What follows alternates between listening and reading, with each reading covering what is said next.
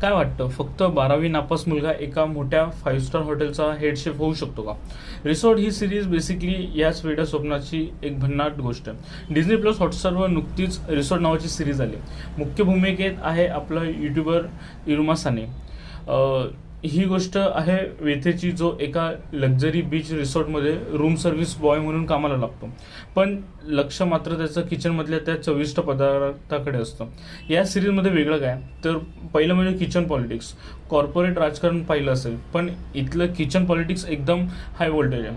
दुसरं म्हणजे की व्हिज्युअल ट्रीट. ते समुद्र किनाऱ्याचे सीन्स आणि चमचमीत पदार्थ पाहून तुम्हालाही लगेच भूक लागेल.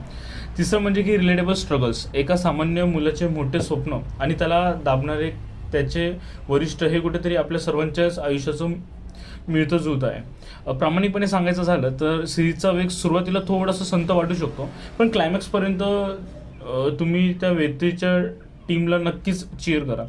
ही फक्त एक कॉमेडी नाही तर एक फील गुड प्रवास आहे. जर तुम्हाला साधेपणाने भरलेली, प्रेरणादायी आणि थोडी विनोदी सिरीज पाहायला आवडत असेल तर रिसॉर्ट ही सिरीज तुम्ही नक्की बघा. तुम्ही जर सिरीज ऑलरेडी पाहिली असाल तर कमेंटमध्ये मला सांगा की ही सिरीज तुम्हाला कशी वाटली ते. धन्यवाद.